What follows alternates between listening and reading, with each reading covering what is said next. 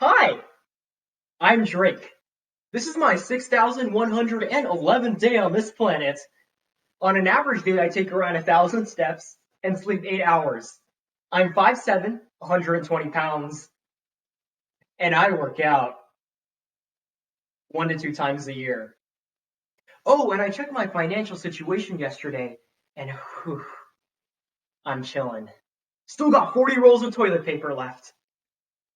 Okay, that was a lot of personal information. But when it's filled with numbers, it's really impersonal information because it doesn't really tell you anything about me. That makes me me. But unfortunately, in a data-driven society, I'm not alone in my number frenzy. Every day, we are bombarded by numbers. So it's no surprise that we have become a nation of numberholics. We've all heard it. Can't measure, can't manage. And this mantra is omnipresent in our lives. When we quantify, we feel we are in control because numbers make the intangibles tangible. But as Albert Einstein noted, not everything that can be counted counts. And not everything that counts can be counted. In essence, when we overfocus on the measurables, we leave out the quality of life and empathy, interwoven in the immeasurables. So today, let's first examine how numbers obscure our vision, then how we subtract the humanity behind statistics. And finally, let's recalculate to make our lives more than just a matrix of metrics. Now, don't get me wrong, I'm not saying we shouldn't use numbers. Numbers are important. From measuring blood pressure to counting Kardashian babies. Gotta keep up. But MIT professor Sherry Turkle warns that numbers have become not just part of the way we assess, but the only way. Let's see. How do we know which corporations are doing well? NASDAQ. How do we judge colleges? The US News ranking. And this number centrism is reflected in our nation's scorecard, GDP. You see, we're told that the higher the GDP, the better the nation's well-being. But in calculating GDP, there is no difference between productive or destructive activities. More kids in schools or jails, more windmills or more coal power plants. And as the World Economic Forum points out, 2018's Hurricane Michael was a national catastrophe. But the GDP recorded it as an economic boon, seeing a more than $53 billion increase due to reconstruction. What does it mean to say America is thriving if Americans are not? And our ill focus on numbers even deprives us of the quality of life.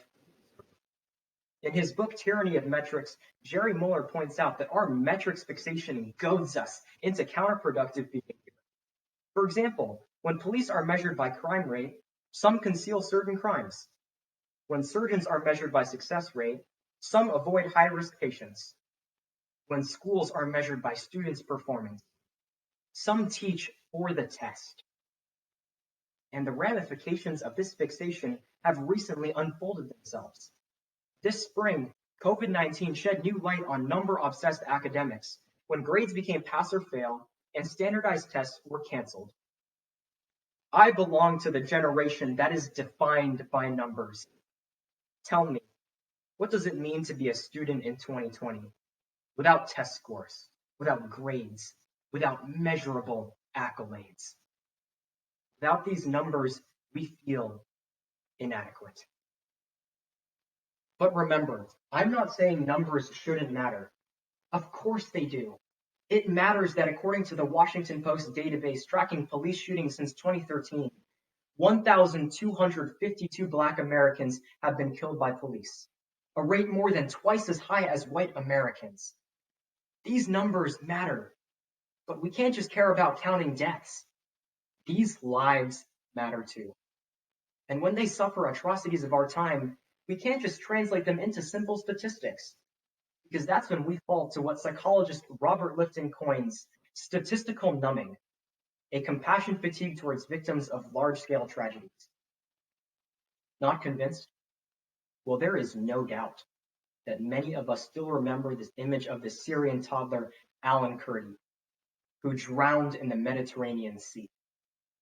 We all took an emotional punch. But when we hear that 8,500 Syrians suffered the same fate, we are not hit with the same force. We are living the chilling statement made by Joseph Stalin. One death is a tragedy, but a million is a statistic. The marginalized are becoming invisible without disappearing as we engulf them in a tidal wave of data. They are drowning. And we are numb to the numbers. We are numb to the numbers when CMU professor Baruch Fischoff writes that as Americans, our perception of war is defined by a shallow count of casualties. In the middle of the Vietnam War, 19-year-old Leonard Wong was drafted and deployed. Being an Asian face in an Asian war, he was thrown into a battle he was not prepared for. Racism. On some nights, he was awoken by the cold blade of a knife rubbing against his neck. Not by enemies, but by his fellow soldiers. The hands that he trusted with his life were the hands that traumatized him the most. Leonard Wong is my great uncle. He described his experience as a crippling shrapnel wound. If we measure the magnitude of wars with statistics alone, we bury these untold stories. So yes, we found clever ways to organize our lives into numerical measurements. And yes, we found ways to put tragedies into recognizable statistics.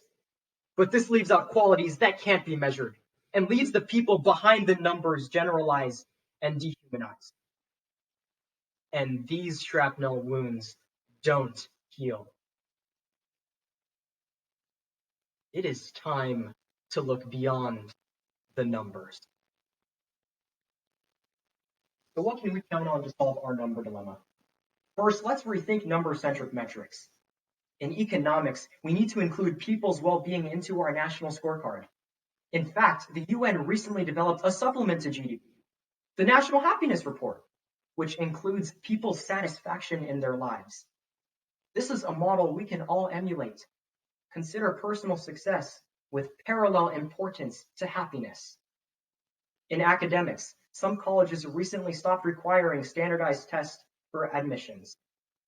While GPA is still required, they'll weigh in measurables such as activities and essays more to see applicants as whole people. This is where higher education is heading. So students, let's start spending more time on not just measurable, but meaningful activities. And finally, let's break free from our culture of anesthetic. Oh, don't start pinching yourself. That'll hurt. Instead, learn about atrocities. Share what you learned at the dinner table or city hall. Show you care. Now, I'm not proposing how to end all the world's evils, because I can't. But I believe that no support is too small when fighting widespread devastation, hate, and indifference. Together, let's strive to see fellow human beings as more than dots on maps or lines on graphs, because no statistic can encapsulate the beauty of idiosyncrasy. And in the math equation that is the human narrative, those details are the true variables that we must solve for. Let's find the faces in the figures, the names behind the numbers, and the stories beyond the statistics. So hi, I'm Drake, like the rapper. I don't drive, but I can run. I snore so loud, one time I woke myself up. And my favorite book is 50 Shades of Chicken, a cookbook. Oh, and I'm a proud nephew of an Asian American Vietnam veteran. I am not just a number. We are not just numbers.